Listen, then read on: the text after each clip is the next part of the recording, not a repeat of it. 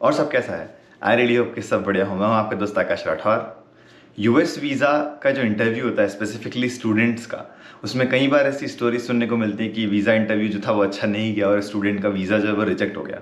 तो आज की वीडियो में हम बात करते हैं कि क्या टॉप रीजंस हैं जिसके कारण यूएस वीज़ा इंटरव्यू रिजेक्ट होता है, क्या टॉप क्वेश्चंस पूछे जाते हैं by the US visa officers, and specially what is the intent behind each question, क्योंकि वो बहुत इंपॉर्टेंट है।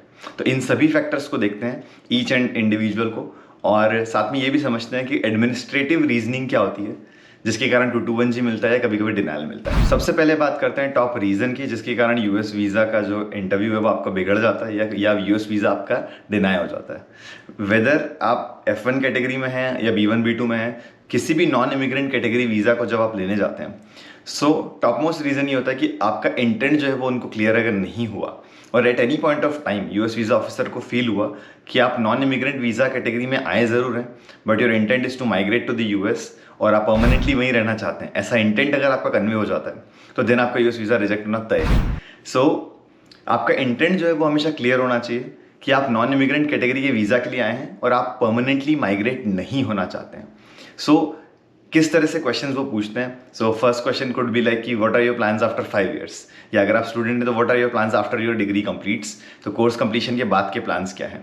B1 B2 कैटेगरी में वो आपसे पूछेंगे कि कहाँ आप रहने वाले हैं, कैसे आप अपना फंडिंग मैनेज करने वाले हैं। सो इन सभी क्वेश्चंस के पीछे का जो इंटेंट है वो प्राइमरीली ये है कि वो देखना चाहते हैं कि आपका इंटेंट माइग्रेशन का तो नहीं है, बिकॉज नॉन इमिग्रेंट कैटेगरी में माइग्रेशन इंटेंट होने पे वो आपको डिनाई करना बिल्कुल बनता है और वो डिनाई कर देंगे आपका visa. Another important thing to keep in mind is कि यूएस वीज़ा इंटरव्यू जो टाइमिंग है वो जो ड्यूरेशन है वो जनरली 1 to 2 मिनट्स का रहता है मोस्ट ऑफ द केसेस में। उससे भी शॉर्ट में वो आपको या तो इंटरव्यू दे देते हैं आपका वीज़ा, या फिर अप्रूव करते हैं, डिनाई कर देते हैं। सो इतने कम ड्यूरेशन में वो कैसे डिसाइड करेंगे? तो आपके आंसर्स जो है वो बहुत प्रिसाइज होना चाहिए, बहुत पॉइंट टू पॉइंट होना चाहिए, बिकॉज अगर आप इधर उधर रैम्बल करेंगे आंसर करने में तो भी उनका टाइम भी जा रहा है and it makes hard on them to make the decision, और वो फिर हेफ्टली डिसीजन लेंगे, शायद डिनाई कर देंगे। तो आपके आंसर्स जो हैं वो बहुत पॉइंट टू पॉइंट होना चाहिए और जो क्वेश्चन है उसी के अराउंड आप आंसर करें, उसको ज़्यादा घुमाएं नहीं है, इधर उधर की बात ना करें, तो आपके लिए ज़्यादा बेनिफिशियल होता है। And this one is a very important question जो कि B1 B2 कैटेगरी हो या F1 कैटेगरी हो, डजेंट मैटर, हमेशा पूछा जाता है, and that is who is going to sponsor you. The intent behind the question is कि आपकी फाइनेंशियल सिचुएशन कैसी है और आप अपने जो एक्सपेंसेस आने वाले हैं यूएस में उनको आप कैसे अफोर्ड कर पाएंगे। सो वो क्लियर क्वेश्चन का इंटेंट होता है वहाँ पे, और 15 to 30 सेकंड में आपको क्लियर आंसर देना होता है। सो अगर आपने लोन लिया है या आपके फादर आपको स्पॉन्सर करने अगर आप पढ़ने जा रहे हैं तो, या कैसी आपकी फाइनेंशियल सिचुएशन है उसके बारे में आप बताएं।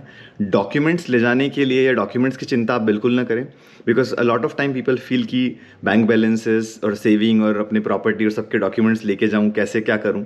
वैसा कुछ भी नहीं होता है। They do not have the time to check each and every document, और इवन उनको भी पता होता है कि डॉक्यूमेंट्स जो है वो कोई भी फोर्ज कर सकता है। So bank statement and all कोई भी फोर्ज करके ले आएगा, so they never check the documents.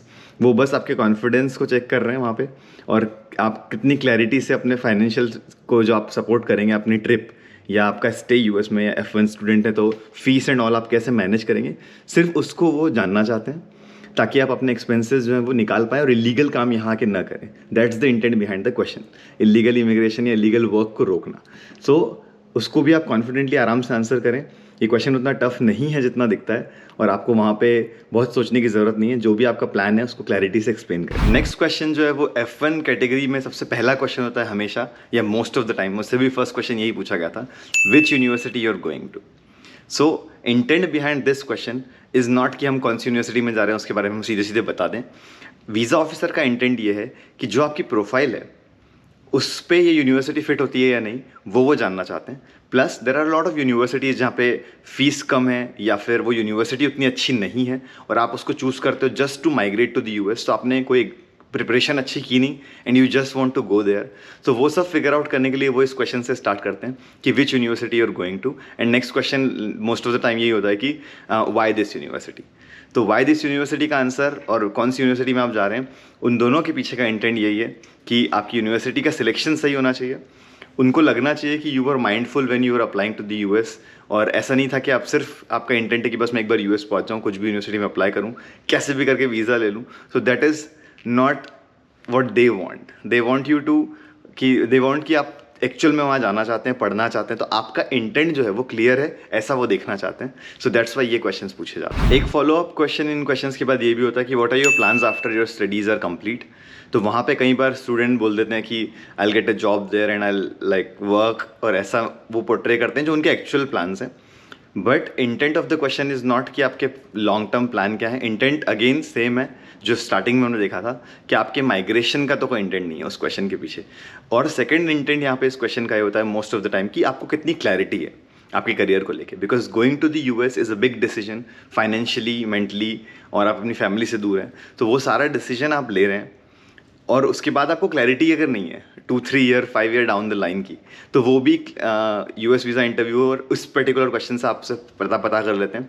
और जैसा कि मैंने कहा, interview most of the time short होता है, क्विक एंड क्विक, तो आपको बहुत क्लियर क्रिस्प कंसाइज आंसर देना होता है कि क्या आपके प्लान्स है फ्यूचर के, जिससे कि आपका माइग्रेशन का इंटेंट भी क्लियर हो जाए और साथ ही साथ ये भी क्लियर हो जाए कि आपका जो ओवरऑल प्रोसेस उसमें आप कितने माइंडफुल थे। एंड देयर आर टाइम्स जब अगर क्लैरिटी जो आपकी है वो उनको लगता है कि इतनी नहीं है या उनको नहीं समझ आता, तो वो कई बार आपकी प्रिपरेशन से आउट ऑफ द क्वेश्चन भी पूछते हैं। So you need to be prepare for more scenarios, जैसे वाई यू चूज यूएस, या what are the courses that you gonna take. तो इस पर आपके जो सब्जेक्ट है जिसके लिए आपने मास्टर्स के लिए जा रहे हैं उसमें क्या क्या कोर्सेज हैं उसके बारे में थोड़ा सा बताइए। So they sometime just surprise you with certain questions, क्योंकि ऑलरेडी इंटरव्यू में जो कैंडिडेट है वो थोड़ा सा नर्वस रहता है और वो कभी कभी आपको सरप्राइज कर देते हैं कुछ क्वेश्चंस पूछ के। तो उन मोमेंट्स के लिए भी आपको तैयार रहना है and you need to prepare for certain extra questions also. Most of the time जैसा मैंने बोला कि बहुत कम टाइम होता है, सो 1 to 2 मिनट में आपका डिसीजन हो जाता है। But there are some times जहाँ पे मैंने भी देखा ऐसा हुआ है कि स्टूडेंट के साथ ज़्यादा टाइम स्पेंड किया गया, वीज़ा इंटरव्यूअर ने थोड़ा एक्स्ट्रा टाइम लिया और कुछ एक्स्ट्रा क्वेश्चंस पूछे। वो तब किया जाता है जब उनको लगता है कि कैंडिडेट इज़ जेन्युइन, बट फिर भी कुछ एक्स्ट्रा इन्फॉर्मेशन लेके, या वो आपको बस बेसिकली थोड़ा सिचुएशन में डाल के चेक करना चाहते हैं, जो कि बहुत कम स्टूडेंट के साथ होता है। सो इन केस अगर ऐसा आपके साथ हो जाए तो be prepared for such scenarios as well. Tell me about your university, तो यूनिवर्सिटी के बारे में थोड़ी डिटेल दीजिए, या ऐसा कोई भी क्वेश्चन वो आपसे पूछ सकते हैं। सो थोड़ी सी डिटेल जहां आप जा रहे हैं उसके बारे में कलेक्ट करें, that will always help you. One of the quick tip is कि अगर आपको कोई भी स्कॉलरशिप मिली है, whether it's by the government of India या इंडिया में कहीं से मिली है या यूनिवर्सिटी आपको ऑफर कर रही है, तो वो आप ज़रूर बताएं जब आपसे पूछते हैं who is going to sponsor you, because वो आपके केस को बहुत स्ट्रॉन्ग करती है। Whenever the scholarships are involve, they know कि फीस या वो सब भरने में आपको कोई प्रॉब्लम होने नहीं वाली बिकॉज ऑफ द स्कॉलरशिप, तो वो आपके यूएस वीज़ा इंटरव्यू के केस को बहुत स्ट्रॉन्ग बनाती है। सो ऑलवेज मेंशन कि आपको कोई स्कॉलरशिप मिली है तो उसको मेंशन करना ना भूलें। एक और रीज़न होता है वीज़ा डिनायल का, जो कि कभी कभी होता है कि उसमें वीज़ा आपका डिनाई हो जाए, but most of the time उस कैटेगरी में अगर आप बिलोंग करते हैं तो वीज़ा रिजेक्शन से पहले आपको 221G दिया जाता है, जिसको बोलते हैं एडमिनिस्ट्रेटिव रीजनिंग है। और 221G जब आपको मिलता है तो आप जो भी कोर्स परस्यू करने जा रहे हैं वो TAL यानी कि टेक्निकल अलर्ट लिस्ट के अंदर आते हैं। So there are various courses like robotics हुआ, साइबर सिक्योरिटी हुआ, information sciences, bio microbiology, sensors, lasers, ऐसे करके एक पूरी लिस्ट है। स्पेसिफिकली 9/11 के बाद उन्होंने उस लिस्ट को काफ़ी कॉम्प्रिहेंसिवली बनाया है, ताकि जो 9/11 अटैक है उसके बाद से यूएस थोड़ा कॉन्शियस ज़्यादा है कि इस तरह की जो जिनको इन्फॉर्मेशन है या जो जानते हैं उनकी एक्स्ट्रा स्क्रूटिनी की जाए। तो 221G जो है वो जनरली मिलता है। डिनायल उस कैटेगरी में कम होते हैं, बट फिर भी अगर आपको 221G मिलता है, अगर आप उन कोर्सेज में जा रहे हैं तो कामली उन चीज़ों का आंसर करें। और मोस्ट ऑफ द टाइम जब 221G मिलता है तो आपका एक्स्ट्रा बैकग्राउंड वेरिफिकेशन होता है, बट वीज़ा डिनायल जो है वो इतना हाई रेट में नहीं होता वहाँ पे। तो 221G आपको मिलता है पिंक स्लिप जिसको बोलते हैं, या वाइट स्लिप कभी कभी देते हैं, तो वो आप आराम से लें, कामली बाहर आएँ और उसके बारे में चिंता नहीं करें, बिकॉज दैट इज़ समथिंग जो आपके कंट्रोल में नहीं है। तो अगर आपका कोर्स TAL को बिलोंग करता है और उनको पता चल जाता है क्विकली क्वेश्चंस के बाद, या कभी कभी वो एक्स्ट्रा डिटेल में जाके उनको जब लगता है तो वो आपको 221G देते हैं। But as I said it is out of your control, so उसमें आपको वरी करने की कोई ज़रूरत नहीं है। तो जो मेरी वाइफ है गौरिश, उनको भी 221G मिला था because she was working in cyber security. तो that was the first time जब मैंने 221G इतने करीबी किसी को देखा कि ओके 221G मिल गया यहाँ पे, तो तब मुझे इस कैटेगरी बारे में और चीज़ें पता चली, और कि TAL को बिलोंग करते हैं because she is working in security and all. But वो क्लियर हो गया था and she got the visa letter. थोड़ा सा डिले ज़रूर होता है बट ऐसा कोई खास इंपैक्ट नहीं था। तो इन समरी जो टॉप रीजंस जिसके कारण आपका वीज़ा जो है वो डिनाई हो सकता है वो है आपका इंटेंट अगर क्लियर नहीं है, इमिग्रेशन इंटेंट है आपका और आपने नॉन इमिग्रेंट वीज़ा कैटेगरी के लिए अप्लाई कर रखा है, यूनिवर्सिटी की आपको क्लैरिटी नहीं है, फीस के लिए आपके पास इनफ फंड्स नहीं है, सो लैक ऑफ फंड्स भी कोई रीज़न हो सकता है, ओवरऑल क्लैरिटी आपको नहीं है कि आपने किस प्रोग्राम में अप्लाई किया है, why you applied for that program, तो वो भी हो सकता है। एक और इंपॉर्टेंट रीज़न यहाँ पे ये भी हो सकता है कि अगर आपकी फैमिली यूएस में है, फॉर एग्जांपल आपके सिबलिंग्स यूएस में हैं और आप ऐसी जगह पे अप्लाई कर रहे हैं जो उनके पास है या यूनिवर्सिटी उनके टाउन में है, तब भी स्पेसिफिक क्वेश्चंस पूछे जाते हैं कि आपके रिलेटिव्स हैं क्या वहाँ पे। तो वो भी उनको बताता है कि आप सिर्फ रिलेटिव के पास जाना चाहते हैं, इसलिए आप यूएस वीज़ा के लिए अप्लाई कर रहे हैं और आपका जो इंटेंट है स्टूडेंट का वो यहाँ पे फुलफिल नहीं हो रहा है, तब भी आपका वीज़ा डिनाई हो सकता है। सो अगर आपके रिलेटिव्स यूएस में, तब भी आपका वीज़ा डिनाई हो जाएगा या हो सकता है। सो उन क्वेश्चंस के लिए भी प्रिपेयर्ड रहें। जो भी टॉप क्वेश्चंस है वो मैं डिस्क्रिप्शन में डाल दूंगा, you can prepare for those. And I hope आपका वीज़ा इंटरव्यू अच्छा हो। Best of luck. Thank you so much for watching. मिलते हैं अगले सैटरडे 8 बजे।